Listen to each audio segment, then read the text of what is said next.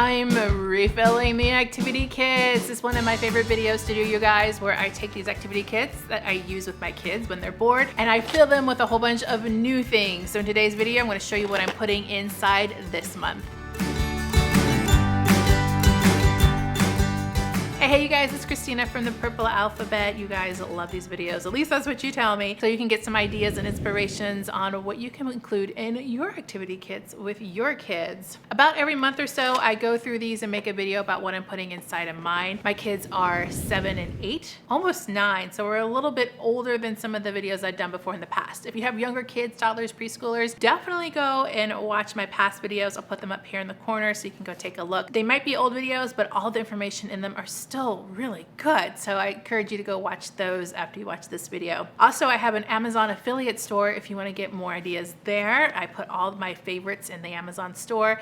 Just click on the link in the description box. It'll take you straight there and you can shop my store in the little section for activity kits, have busy bags, all kinds of good stuff on there. Actually, will get you even more ideas. If you're new to the Purple Alphabet, make sure you click subscribe so you don't miss out on all the inspirations and ideas to learn through play and all the hauls, giveaways, shop with me's that we do too. I'd love to have you be part of the Purple Alphabet family. We have a lot to go through in our activity kits. This is the old one. I'm going to take out all this stuff in this old one and I'm going to put in the new. First thing we got to do is clear out from last month. If you didn't see what I put in here last month, you can go back and watch that video. I'll try to put it up there in the corner, but this is what was in last month. So I'm going to take out everything and we're going to refill it. Oh, look, we even have some origami in here.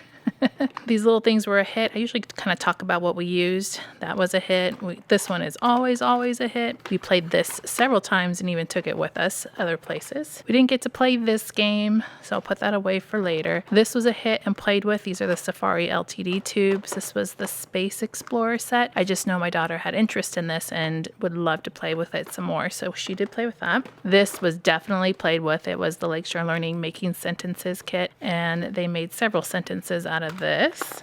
Didn't get to this book. I know those were looked at. And of course, some of our dry erase marker supplies for our things. Multiplication practice, addition practice, and some books that were kind of played with. We're just going to refresh everything, take these out. I started using this plastic shoebox, the Sterilite shoebox, most recently when we started going on quarantine. I used to use these really great plastic boxes that we could carry around with us, but I figured since we're not going to restaurants that I could switch it up a little bit. So this one is used for both of my kids, and I just try to keep it minimal of what can fit inside of here, and they share it. I used to do 2 of them, but it seemed to work better if I used just one. I'll put a link to those cases in my Amazon playlist down below in the description box. If you're interested in those kinds of boxes, then you can go see them and check them out. So this month I wanted to use things that we already had kind of in our house and just reimagine them. This is the Think Fun Zingo game. This is actually the sight word game. There's a little bit easier where it's a picture bingo, and then there's some other ones that are a little bit harder.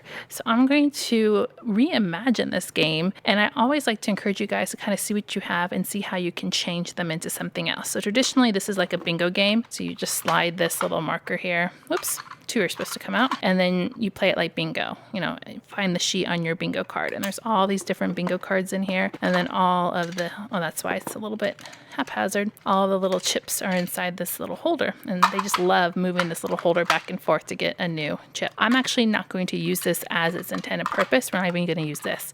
I'm going to pull out the bingo cards, which have all of these sight words on them. I'm going to put away the game. And the reason why I'm doing that is because they're kind of over the game, quite frankly, but I still think the supplies are good to use. So with these bingo cards, I'm also going to put with it a notebook and some pens. And my object for them, because they are in 2nd grade and in 3rd grade now, is that they get to select a bingo card, whichever one they want. And when they pick one, then I'm going to have them or challenge them to write a story or some sentences with all of these words in it. So making sure they use every single one of these sight words. If this is too hard for your child, I always recommend doing something to make it easier. So if they're not at the point where they can write sentences right now, then just have them write the words down for practice on their sight words. If that's too difficult for them, you could call out the words in and have them point to them on the card. If that's too hard, you can even read these and go through them kind of like flashcards if you want. And if it's too easy just to do sentences with these words. You can have them write a full-fledged story, or maybe even use a couple of cards. So I thought that would be just an interesting take on these while reusing the materials. So I'm going to include the notebook and the cards. I'm going to put it in a little smaller case here just so they're all together and not all over the place. All together there. And I'm actually going to use this notebook for another activity too in just a second. I wanted to include these because I've had them for a while. These came from the Dollar Tree, which is amazing for things for activity kit. But you guys already knew that. And if you watch the channel, you definitely know that. From Crayola, this is the States and Symbols Color the USA. So there's a map in here. And this is just kind of going over a little bit of geography skills. I've actually never opened this. Let's check it out real quick. Oh, there's several maps in here. Okay, so we have our map here, and then we have our state codes on the bottom. Oh, cool. So this is a landform map. So it has different landforms of where mountains are, grasslands, deserts, and it has a color code for you to color them in. That's pretty cool. And so then the challenge is to color each one of these states in different colors, trying not to let the same color touch.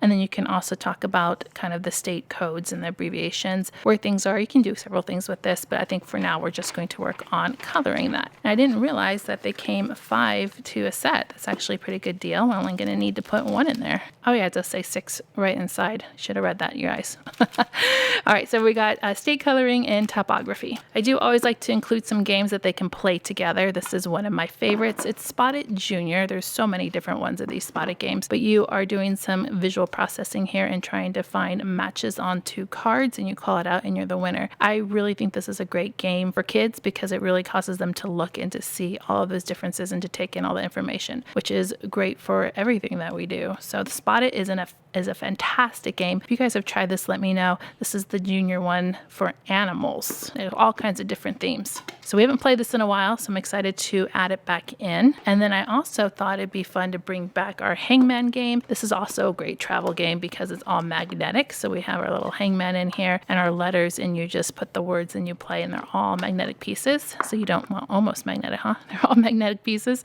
so you don't lose them, and you can play several games and keep score. This was a frequent traveler in our activity kits when we went to the restaurant, and it's just a great all-around game to have. Great for the car, airplane travel, or if you're going on a little vacation, you need a little hotel game, because look how small it is. You can just slide that right in. This one's from Play Monster. There's also, I think, chess. Was it chess or checkers or backgammon? There are a few different ones that you can find, but these are already in my Amazon store for sure because we like them so much. Okay, so I wanted to put some math in our activity kit here. So I actually have 2 pieces. Both of these are from Lakeshore Learning that I've purchased with my own money. This one is the base 10 stamps, and this one is the place value block. I've made videos about base 10 blocks before, so if you want ideas on activities to do with these blocks, you can definitely go back and check out that video. I'll have to put it up there too, so you can go to it. But base 10 blocks look like this, and then we have the single blocks, and then our 10 blocks down here, which are great. My kids even love just playing with these and building with them, which I think is fabulous. And then you can do all kinds of math activities with them with base 10. The stamp set we haven't really used a lot. That's why I wanted to bring it out. If I can find how to open it. Ta-da! So I love the set itself. So we have the 1000 block, the 100 block, our 10s, and then our 1s here. These little small stamps. And these are just regular old stamps, but we haven't used them together. In fact, these are kind of a new purchase for me. So I was going to use that notebook. And I have some stamp pads. Stamp pads just came from the Target section, but of course you guys know you can get these pretty much anywhere. And I thought what would be great for this activity is that they could do one of 2 ways. They can stamp any amount that they want. Maybe they did, and they can do different colors too if they want. So we have 100, 20. Then I would have them or the other person have to find that amount over here in their base 10 blocks. Or they could do it opposite, where we pull out some base 10 blocks and then they have to stamp it according to what's pulled out. So I thought they could do this together. If they wanted to, they could do it on their own. They can, each one of them, take one way or the other. And of course, you can also write it down. I have some pens that they can use to write down their answers so that I can check to see that they got it right. And of course, they'll probably end up building with these too, which is totally fine. So that's using the base 10 blocks and our base 10 stamps with our ink pad and notepad to get a little bit of math in there. If this is way too hard, make it easier by just using the stamps or just using the blocks. If it's way too easy, make it an addition problem or a subtraction problem. All right, so we got our base 10 blocks.